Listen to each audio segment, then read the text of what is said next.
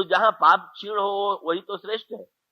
आप लोग वहां जाने की चेष्टा मत कीजिएगा, तो इसका अर्थ नहीं है, पर इसका अर्थ केवल इतना ही है कि भाई हम प्रतिकूलता में भी अपने आप को कैसा अनुभव करते हैं। अगर हम दुख भोग करके ऐसा अनुभव करें कि चलो इतने कर्म जो थे वो अब मिटे, अब बोझ हल्का हुआ, तो परिणाम होगा कि हमारे जीवन में दुख को सहन करने की शक्ति आवेगी और दुख के मूल कारण को निवारण करने के लिए हम कर्म करने में सावधान रह करके कर्म करेंगे। यहीं से प्रारंभ हमें आपको करना चाहिए। और उसका अभिप्राय है कि सृष्टि के मूल में कर्म है और हम अपने जब भी हम हमारे द्वारा कर्म हो तो हम निरंतर सावधान होकर के कर्म करें। किंतु क्या इतने मात्र से क्या व्यक्ति की समस्या का पूरा समाधान हो सकता है क्या? बस रामायण में यहीं पर अवतार का सूत्र आता है। अवतार का सूत्र ये है, वहां लक्ष्मण जी ने 3 क्रम बताए हैं। का पहले तो जब ये कहा कि कौन काहू दुख सुख कर दाता, निज कृत कर्म भोग सब भ्राता, तो लक्ष्मण निषाद राज का मुंह तो खुले ही रह गया। क्या महाराज आप क्या कह रहे हैं कि व्यक्ति को अपने कर्म का फल भोगना पड़ता है? तो क्या आपका अर्थ है कि हमारे प्रभु राम पर जो संकट आया है वो उन्हीं के कर्मों का परिणाम? इन्होंने भी कोई बुरा कर्म किया है क्या? तो लक्ष्मण जी ने हंस करके देखा, बोले ये बताइए कि बुरे कर्म का परिणाम क्या होता है? उनका दुख। और अच्छे कर्म का परिणाम क्या होता है? का सुख। तो ये बताइए कि भगवान राम को आप कुछ सैया पर देख रहे हैं, पर कुछ सैया पर सो करके उनको दुख हो मिल रहा है कि सुख मिल रहा है? कहीं लग रहा है कि वो दुखी है। तो अगर सचमुच ये बुरे कर्म का परिणाम होता तो उनके मुख पर दुख भी तो दिखाई देता। ऐसी स्थिति में मानो लक्ष्मण जी ने एक बात नहीं जोड़ दी। क्या? कि हम कर्म के परिणाम को किस अर्थ में लेते हैं, इसका हमारे दुख सुख से बड़ा संबंध है। का भगवान श्री राघवेंद्र ने वनवास को, राज्य छिन जाने को का पाप पुण्य का परिणाम थोड़ी माना। वो तो वाल्मीकि जी से कहते हैं, तात बचन पुण्य मातु हित, भाई भरत असराऊ, और मोकह दरस तुम्हार प्रभु, सब मम पुण्य प्रभाव। भगवान तो कहते हैं मुझे वन में आना पड़ा, राज्य का त्याग करना पड़ा, लगता है मेरे पुण्य का प्रभाव। लक्ष्मण जी ने कहा ये जो वन यात्रा है भगवान राम के पुण्य का प्रभाव है, वही ऐसा मानते हैं और इसीलिए उनको दुख की अनुभूति नहीं हो रही। और लक्ष्मण जी ने हंस करके कहा कि समस्या ये है कि वो तो दुखी हो नहीं रहे, आप इतने दुखी हो रहे हैं, तो आप अपने दुख की समस्या का समाधान ढूंढिए, उनके दुख की चिंता मत कीजिए। और तब लक्ष्मण जी ने पहले उन्होंने कर्म और कर्म के पश्चात विचार की बात, विचार का सूत्र दिया। विचार का सूत्र बड़ा सुंदर दिया। जैसे ऐसा होता भी है, ये तो हम लोगों के जीवन में होता है। कभी कभी रात में आप सपना देखते और सपने में किसी प्रियजन की मृत्यु भी दिखाई दे जाती है। कभी कभी तो व्यक्ति को अपनी भी मृत्यु दिखाई दे जाती है।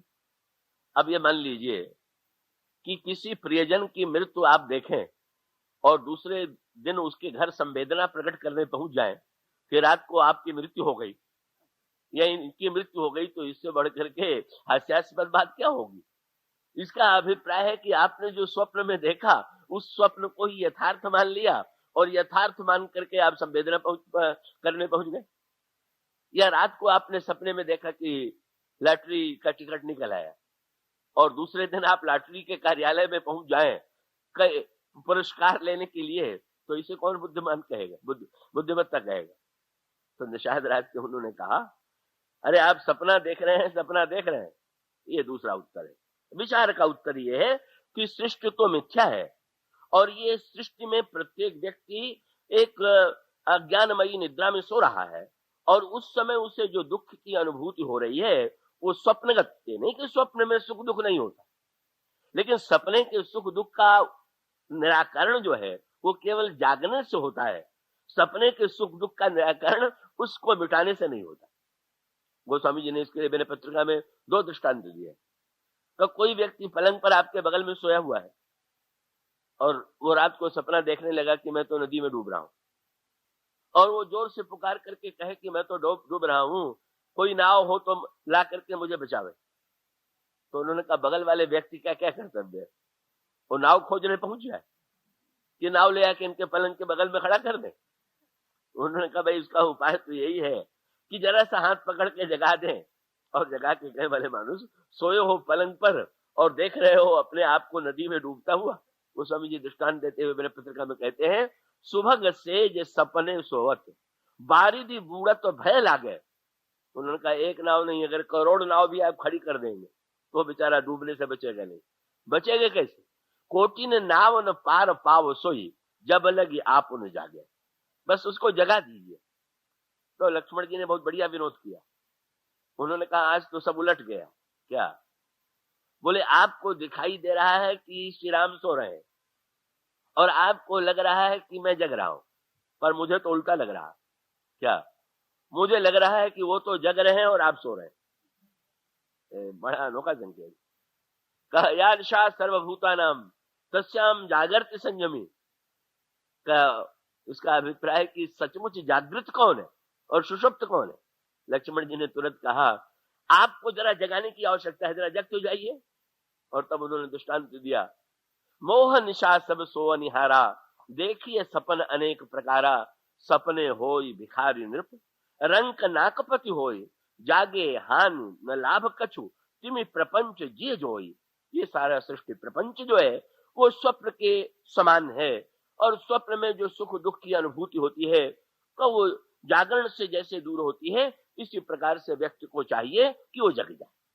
और जगने का लक्षण बताते हुए उन्होंने कहा कि जगना क्या है? बोले यही जग जामिनी जागहि जोगी।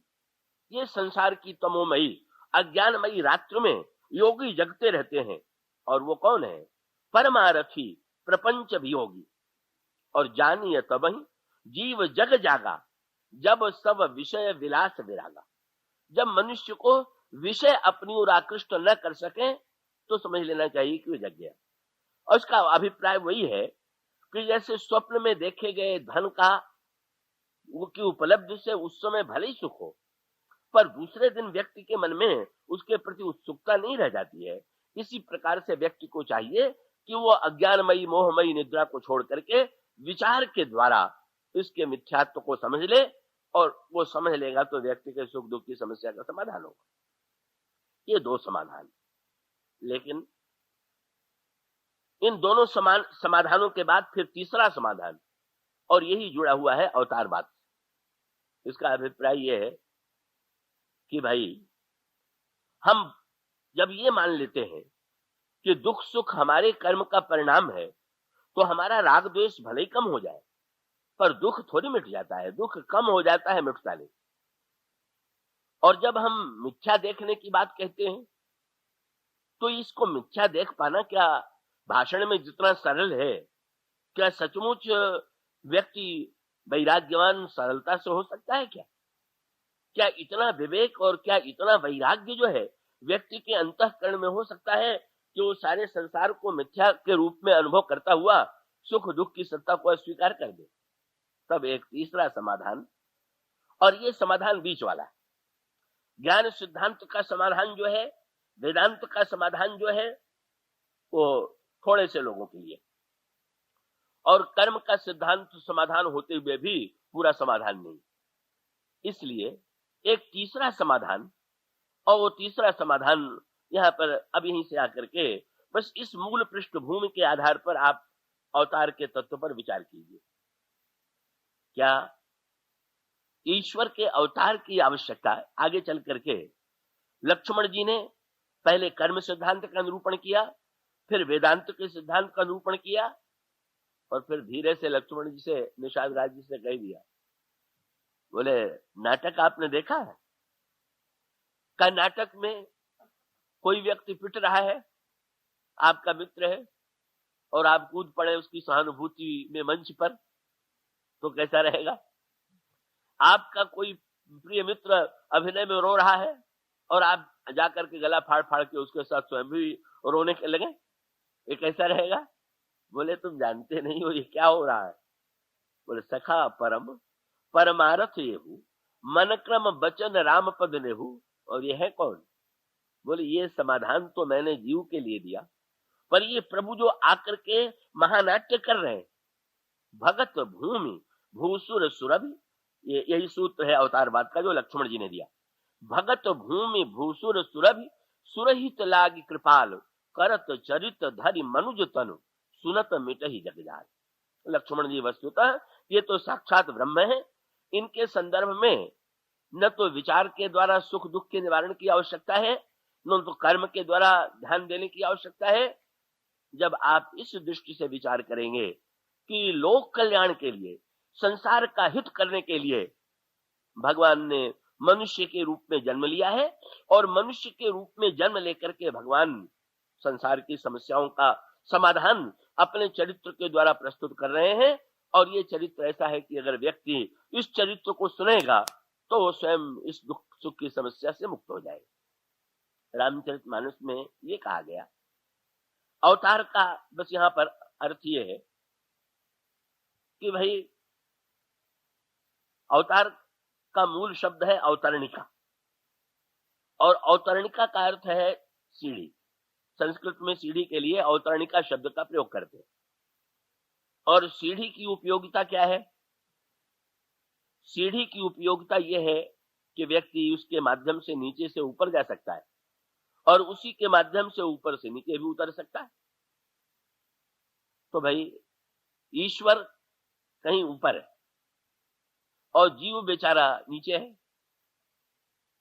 तो वेदांतियों ने तो ये कहा कि नीचे समस्या ही समस्या है।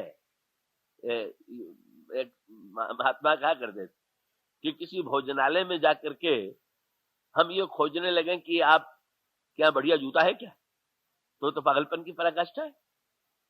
भोजनालय में जाएंगे तो भोजन खोजें। तो इसी प्रकार से वे कहा करते थे कि गीता में तो बता दिया गया कि संसार क्या है। बोले भगवान कृष्ण ने कहा दुखालय, ये संसार जो है वो दुखालय। तो उन्होंने कहा अब इस दुखालय में जो सुख खोज रहा है वो तो गलत जगह खोज रहा है। जहां दुख अवश्यंभावी है वहां तो दुख मिलेगा। तो इस प्रकार से विचार करके देखें तो अब अगर दुखालय है ये संसार, दुख दे रहा है, तो इससे कैसे बचे? तो वेदांती और ज्ञानी ये कहते हैं कि ब्रह्म की ऊंचाई तक हम स्वयं को उठा लें। अगर ये मानते हो कि भगवान किसी लोक में रहते हैं तो मृत लोक से साकेत लोक में, गोलोक में, वैकुंठ लोक में चले जाए, कैलाश लोक में चले जाए। और अगर हम ये मानते हो कि ब्रह्म जो है वो नाम रूप से ऊपर है, तो हमारा भी कर्तव्य है कि हम भी नाम से ऊपर उठ जाए, रूप से ऊपर उठ जाए, और ब्रह्म के जो लक्षण हैं उन्हीं लक्षणों से हम अपने लक्षणों को, अपने अंतःकरण को जब एकाकार कर देते हैं तो ऊपर उठ करके हम समस्या का समाधान पा लेते हैं। इस तरह से वेदांत के द्वारा ये कहा गया। कर्म वालों ने तो ये कहा कि भाई यही बढ़िया कर्म करो, यही समाधान ढूंढो, और बहुत होगा तो मरने के बाद स्वर्ग चले जाएंगे, अधिक से अधिक कर्म का परिणाम भी है। वेदांतियों ने कहा रे व्यर्थ, जरा उठ तो जाओ, ये नाम और रूप के चक्कर से, नाम रूप के चक्कर से उठ जाओगे बस समस्या का समाधान हो जाएगा। पर भक्तों ने एक तीसरा समाधान दिया। भक्तों ने भगवान की प्रार्थना की और भगवान को पुकार करके कहा कि महाराज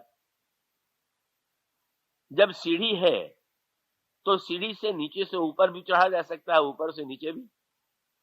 तो हम लोग एक एक करके चढ़े। एक तो ये कहा कि महाराज हर तरह से आपका ही उतरना अच्छा है।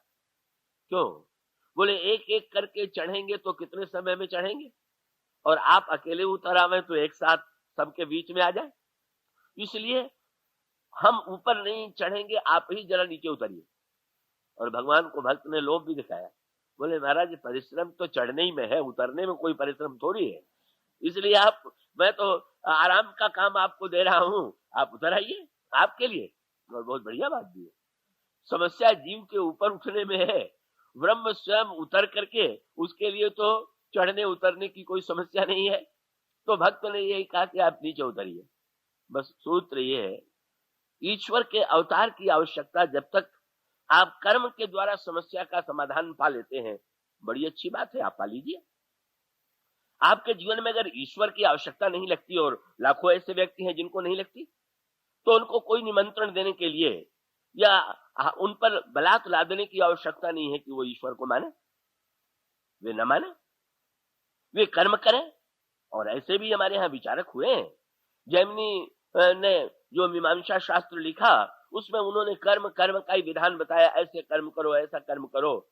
जब उनसे कहा गया कि आपने पूरे ग्रंथ में ईश्वर की चर्चा ही नहीं किया, तो उन्होंने तो मुंहफट की तरह कह दिया, अश्चितेत ईश्वर कोपी, श्रीमद् भागवत में श्लोक आता है। अगर वो ईश्वर है भी तो वो तो कर्म का ही फल देगा, तो हम उस ईश्वर के बारे में क्यों सोचें, हम सीधे कर्म के बारे में क्यों न सोचें। बिल्कुल ठीक है। अगर आपको कर्म के द्वारा समाधान मिल गया है, तो भी आपको ईश्वर की आवश्यकता नहीं है, सत्कर्म की आवश्यकता है। और अगर विचार के द्वारा आपने दुख की समस्या का समाधान पा लिया है, तो आपने ब्रह्म से एकता पा ली। लेकिन अब इस दो सूत्र हैं अवतार के मुख्य, आगे चल करके इसका विस्तार किया गया क्या, कि या तो ईश्वर के अवतार की अनुभूति होती है असमर्थता में और या अभाव में। और ये दोनों सूत्र आपके सामने संकेत के रूप में बड़े महत्व के हैं। असमर्थता की अनुभूति माने हमारे और आपके व्यक्तिगत जीवन में भी ऐसी समस्याएं आती हैं, और समाज और देश और विश्व के सामने भी ऐसी समस्याएं आती हैं कि व्यक्ति चाह करके भी उसका समाधान नहीं ढूंढ पाता है। कभी कभी सारा समाज संतुष्ट हो जाता है, पर ऐसा लगता है कि ये समस्या जो है जैसे व्यक्ति के बस बूते की नहीं। तो भाई, जब तक आपको ये लगे कि इस समस्या का समाधान हम ढूंढ सकते हैं या ये व्यक्ति ढूंढ सकता है, तब तक आप ढूंढने का प्रयत्न कीजिए।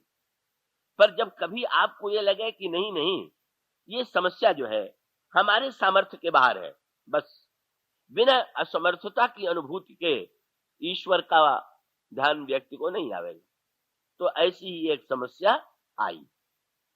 क्या रावण नाम का एक व्यक्ति, और वो व्यक्ति इतना शक्तिशाली हो गया कि सारे संसार पर ही नहीं, उसने प्रकृति पर भी अधिकार कर लिया, और उस अधिकार का दुरुपयोग करता हुआ वो संसार को संत्रस्त करने लगा। और तब गोस्वामी जी ने अवतारवाद का ये अभाव की अनुभूति का पक्ष मनु का पक्ष है, और असमर्थता की अनुभूति का पक्ष जो है वो पृथ्वी का। क्या पृथ्वी जो है वो रावण के बोझ से व्याकुल हो गई। बहुत बढ़िया बात। अगर आप बोझ उठा सकते हैं तो आप उठाइए, फिर ईश्वर की क्या आवश्यकता है। केवल मुंह से मत कहिए कि बड़ा भारी बोझ लदा हुआ। अधिकांश लोगों की समस्या ये होती है कि उनसे मिलकर बात कीजिए तो यही कहें क्या बतावें, बड़ा सिर पर बोझ है मेरे। और उनसे कहा जाए कि थोड़ा बोझ हल्का कर दीजिए, तो अगले दिन कुछ और बोझ अपने ऊपर लादते ही दिखाई देंगे, उतारते नहीं दिखाई देंगे। बड़ी विचित्र बात है। हम कहें कि बोझ लदा हुआ है और दूसरा बोझ उठा के और लाद ले, तो इसका अर्थ है कि हमको बोझ की अनुभूति नहीं हो रही। इसी प्रकार से रावण का अत्याचार न जाने कितने वर्षों तक चलता रहा, पर ईश्वर का अवतार भी नहीं हुआ, और ईश्वर की अवतार की आवश्यकता का अनुभव भी किसी ने नहीं किया। लेकिन पृथ्वी व्याकुल हो गई रावण के बोझ। ये श्री गणेश है।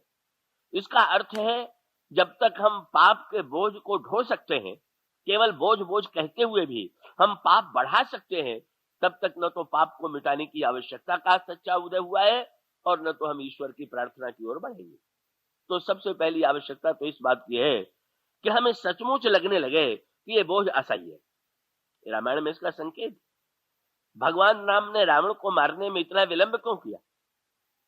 लोग कहते रहते थे जल्दी कीजिए जल्दी कीजिए जल्दी कीजिए। देवता भी आकर के कह देते थे, बोले महाराज अब रावण को मारने में देर मत कीजिए, अब जन राम खेलाबो यही। महाराज आप युद्ध कर रहे हैं कि खेल कर रहे हैं, आपको मारने में तुरंत मार देना चाहिए कि इतने दिनों से आप लड़ाई लड़ रहे हैं। भगवान ने पूछा, आप लोग इतने बेचैन क्यों हैं। तो स्वार्थियों वाली भाषा, ये नहीं कहते हैं कि महाराज हम चाहते हैं कि रावण मरे और जल्दी से हमको स्वर्ग के भोगों को भोगने का आनंद मिले, स्वतंत्रता मिले। तुरंत कहने लगे अब जन राम खिलावहु यही, अतिशय दुखित हो तो वैदेही। सीता जी बड़ा विलाप कर रही, लिखा हुआ है सीता जी का जब विलाप हनुमान जी ने प्रभु को सुनाया कि सीता जी तो बड़ी दुखी है, तो प्रभु रोने लगे। सुन सीता दुख प्रभु सुख ऐना, भरी आए जल राजू नैना। और वही वाक्य देवताओं ने जब कहा कि सीता जी तो बड़ी दुखी है, तो रोए नहीं, बल्कि लिखा हुआ देव वचन सुनी प्रभु सुखाना, हंसने लगे। उसका अभिप्राय क्या है? भगवान समझ गए, बोलने में स्वार्थी की भाषा। हनुमान जी तो जो अनुभूति थी वो कह रहे थे, और ये भले मानुष काम तो अपना कराना चाहते हैं, पर सीता जी का नाम जो है लेकर के कराना चाहते हैं। भगवान ने जल्दी का अनुभव क्यों नहीं किया? बोले आप लोगों को क्या जल्दी थी? आप लोगों ने तो रावण से समझौता भी कर लिया, रावण की सभा में भी खड़े हो गए, रावण की सभा में सब कुछ कर लेने के बाद आपको आज व्यग्रता हो रही है, अब रावण मारा जाए, ये तो व्यग्रता नकली है, कोई जल्दी नहीं। और इतना ही नहीं, यहाँ पर एक सूत्र आया हुआ, क्या रावण का सिर काटते हैं, रावण की भुजा काटते हैं, मरते ही नहीं। फिर भगवान श्री राम ने लौट करके विभीषण को देखा और विभीषण से कहा कि विभीषण तुम्हारा भाई तो मर ही नहीं रहा है, इसके मरने का उपाय तुम जानते हो? जब भगवान राम का ये प्रश्न शंकर जी ने पार्वती को सुनाया, तो पार्वती जी ने कहा महाराज आप बार बार भगवान को ईश्वर कहते हैं, अब ईश्वर जीव से पूछ रहा है। बहुत बढ़िया बात शंकर जी ने हंस करके कहा, अरे पार्वती ये प्रभु कौन है? उमा काल मर जाकी इच्छा, जिनकी इच्छा से काल भी मर जाता है, वो क्या कर रहे हैं? सो प्रभु कर जन प्रेम परीक्षा। वो तो भगवान जीव की परीक्षा ले रहे हैं, बस याद रखिएगा। भगवान जब विलंब लगावे, और अगर हम जन है तो, जन नहीं है तो बात ही हो रहे, पर जन के संदर्भ में अगर विलंब लगावे तो परीक्षा क्या ले रहे हैं? विभीषण है जीव, और भगवान कहते हैं कि पाप को मैं मिटाने में सक्षम तो हूं, पर मैं देखना चाहता हूं कि जीव चाहता भी है कि नहीं कि पाप मिटे। और अगर वो पाप मिटाना चाहता होगा तो जितना सहयोग देना चाहिए उतना तो वो दे। विभीषण से मानो भगवान कहते हैं, क्या तुम सचमुच चाहते हो कि रावण मर जाए क्या? और अगर तुम चाहते हो कि रावण मर जाए, अब विभीषण की समस्या क्या थी, ये भी पूछा जा सकता है कि विभीषण ने अंतिम समय में जो बताया, 10 दिन पहले बता देते, जिस दिन आए थे उसी दिन बता देते कि रावण ऐसे मरेगा, इतना विलंब क्यों लगाया? कई बार लोग कहा करते हैं कि भगवान से कुछ कहने की आवश्यकता नहीं, वो अपने स्थान पर बात, पर आप विचार करके देखिए, कहने की आवश्यकता नहीं है, ये सिद्धांत तो ठीक होते हुए भी कहने की बहुत बड़ी आवश्यकता है। क्यों? विभीषण के मन में ये प्रश्न था कि प्रभु तो अंतर्यामी है, इसलिए भी वो मेरे मन की बात जानते हैं, और प्रभु सर्वज्ञ है, तो क्या मैं बताऊंगा? वो तो पहले से जानते। इसलिए विभीषण जी ने कहा मैं कैसे बताऊं, मन में उनके बात ये थी। भगवान ने ये कहा कि अगर कोई जीव ये मान के चले कि ईश्वर तो सर्वशक्तिमान है, वो स्वयं ही पापों को मिटा दे, तो मैं नहीं मिटाऊंगा। मैं तो ये जानना चाहता हूं कि सचमुच मुंह से कहो, स्वीकार करो, और तुम्हें जो ज्ञात है तुम कहोगे तो कहने के द्वारा ये सिद्ध हो जाएगा कि सचमुच तुम्हारे अंतःकरण में कहीं रावण के प्रति अभी राग तो शेष नहीं है, ममता शेष तो नहीं है, कहीं भ्रातृत्व का संस्कार जीवन में विद्यमान तो नहीं है। इसका अर्थ यह है, सच बात तो यह है कि हम लोग जब पाप की निंदा करते हैं तो पाप की निंदा नहीं करते, हम लोगों को पाप बुरे लगते ही नहीं, हम लोगों को तो पाप का फल बुरा लगता है। अगर ये पाप का फल न मिले तो फिर देखिए, फिर तो जब मिलने का डर है तभी इतने अनर्थ होते हैं, तो जब मिलने का डर ही न रह जाए, इसलिए हम लोग ये चेष्टा नहीं करते कि बुरा काम न हो, हम लोग चेष्टा करते हैं कि बुरा काम इतनी चतुराई से हो कि उसमें हमको फंसना न पड़े, हमको संकट में पड़ना न पड़े। भगवान विभीषण से पूछते हैं, और तब विभीषण परीक्षा में सफल हुए। उन्होंने कह दिया, महाराज जी नाभि कुंड पीयूष बस याके, नाथ जियत रावण बल ताके। महाराज जिस रावण के नाभि में अमृत कुंड है, उसी के बल से रावण जीवित है। जब तक आप नाभि कुंड को नहीं सुखावेंगे तो रावण की मृत्यु नहीं होगी। ये एक गंभीर प्रसंग है। ये नाभिकुंड जीव के संस्कार हैं, पाप के मूल संस्कार हैं। जब तक पापों को मिटाने की चेष्टा करेंगे और पाप का मूल संस्कार स्रोत नहीं मिटाया जाएगा, तब तक पाप नए रूप में जन्म लेते रहेंगे। मूल तात्पर्य यह है कि भगवान स्वयं हस्तक्षेप नहीं करते। अगर स्वयं हस्तक्षेप करते होते, क्या सर्वशक्तिमान नहीं है? पर एक व्यक्ति दूसरे पर जब आक्रमण कर देता है, एक बुरा व्यक्ति दूसरे को सताता है, तो वहां ईश्वर नहीं है क्या? और सर्वशक्तिमान नहीं है क्या? द्रौपदी को पुकार करने की क्या आवश्यकता है? क्या भगवान द्रौपदी के कष्ट को नहीं जानते थे क्या? वो तो इतनी प्रतीक्षा उन्होंने कराई कि प्रारंभ में तो द्रौपदी सभा में उपस्थित लोगों से कहती रही, भीष्म से, द्रोण से, विदुर से, कि जो कुछ हो रहा है इस समय दुशासन के द्वारा मुझे नग्न करने की जो चेष्टा की जा रही है, वो कहां तक थी? सब चुप होकर के बैठ गए, कोई बोल नहीं रहा। द्रौपदी ने पतियों की ओर देखा, पतियों ने भी आंखें नीची कर ली। और उसके बाद फिर द्रौपदी को असमर्थता की पराकाष्ठा में, जब कोई सहायक प्रतीत नहीं हुआ, सारे बल जो दिखाई देते थे वो नहीं दिखाई दिए, तब ध्यान चला गया ईश्वर की ओर अपनी असमर्थता में। और जब चला गया तो उस समय द्रौपदी ने भगवान को पुकारा, पर फिर भी भगवान नहीं आए। आश्चर्य, द्रौपदी पुकार रही है और भगवान नहीं आ रहे हैं, पर विलंब क्यों लग रहा था?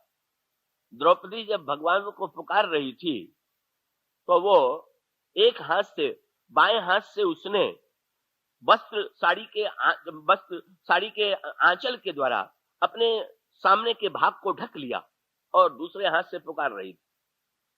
भगवान मानो प्रतीक्षा कर रहे थे कि तुम अपनी लज्जा बचाने के लिए अब भी ये समझती हो कि हाथ से बचा लूंगी, तो जब तक तुम्हारी शक्ति चल सके तब तक तुम बचाओ। अंत में द्रौपदी को लगा कि अरे, अब भी मैं अपने बल का आश्रय लिए हुए हूं, जब इतने लोगों का बल काम नहीं आया तो मेरी भुजा कितने देर तक वस्त्र को रोकेगी? वही रामायण में भी सुग्रीव का संदर्भ, बाली से लड़े, हार कर भगवान के पास आए, भगवान से बल लेकर के फिर लड़ने के लिए गए और फिर बाली ने पिटाई शुरू कर दी।